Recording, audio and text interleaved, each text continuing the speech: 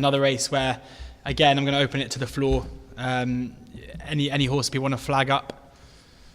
Yeah, I've got a really strong view on this. Here race. we go, perfect. Another certified tip coming up right now. Well, unfortunately, they're all out in the public domain. I tipped them last week, but I put up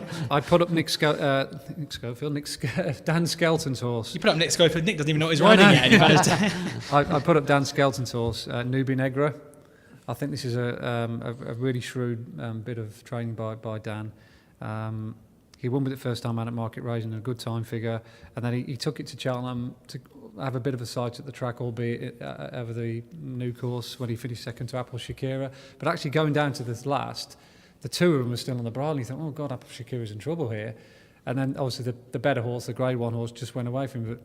But Harry was not hard on Nubri Negra, so job done. They've run it around Cheltenham. They got a mark of 135, and they ran it in a novice hurdle at Doncaster, whereby he had literally had a jog round. Apparently he wasn't 100% fit as well, and he still came out of that race with a mark of 135. I think he's really well handicapped, given that you think Apple Shakira could be a 150 plus horse. Yeah. They put it away, and conditions-wise it wouldn't make any difference, good, soft or whatever. He's a strong traveller, he jumps his hurdle slick. I thought the 14, 16 to 1 anti-post was too big. And the other real rick of the race, where I could say anyway a week ago, was the Lisp of Alan King's. I think Alan King's got a really good set of juveniles this year. Rhodesian, of course. He's got City Dreamer, and he's got this Lisp who ran really well in a good trial for this race. The Victor Ladorum, is it? That's at Haydock. It's a race that threw up Black High Hawk a few years ago, and it was one of my stronger run juvenile races of the year. And unfortunately, Tom Cannon couldn't actually hold this horse early on, and he took the running up down the back, which is not his run style, and he literally ran for a mile flat out in front. He made a bad mistake at the second last, and yet he only got beat 2 lengths by 2 strong stayers, Cornerstone Lad and the eventual winner, Turning Gold.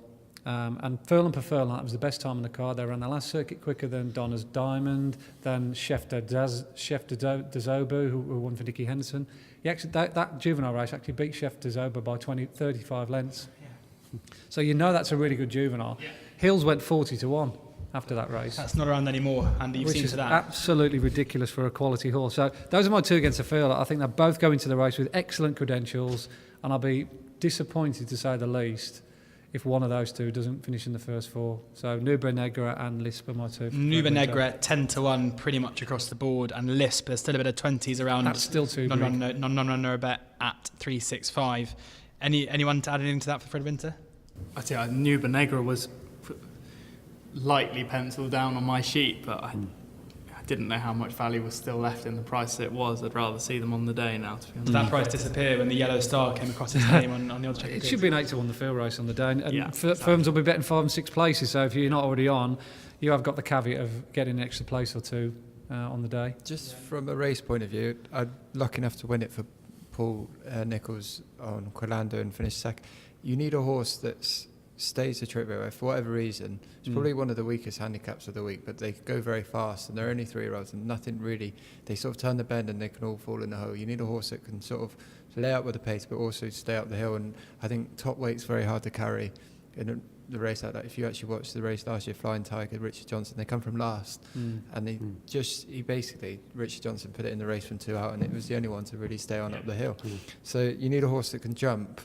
So whatever you choose, I would watch the replays, and because very often these juveniles can be run on soft ground where they don't go very fast, and the jumping is not so much of an asset, and they go to Cheltenham on good ground, and the jumping, you only need to miss 2 or 3 hurdles of the 8, and that can cost you the race. So it's sort of, before you back a horse seriously, look at the replays and just check its jumping's up to scratch. Or even have a look during the race and that's travelling well further down the field. Yeah. Paul Nicholls actually now. Malala.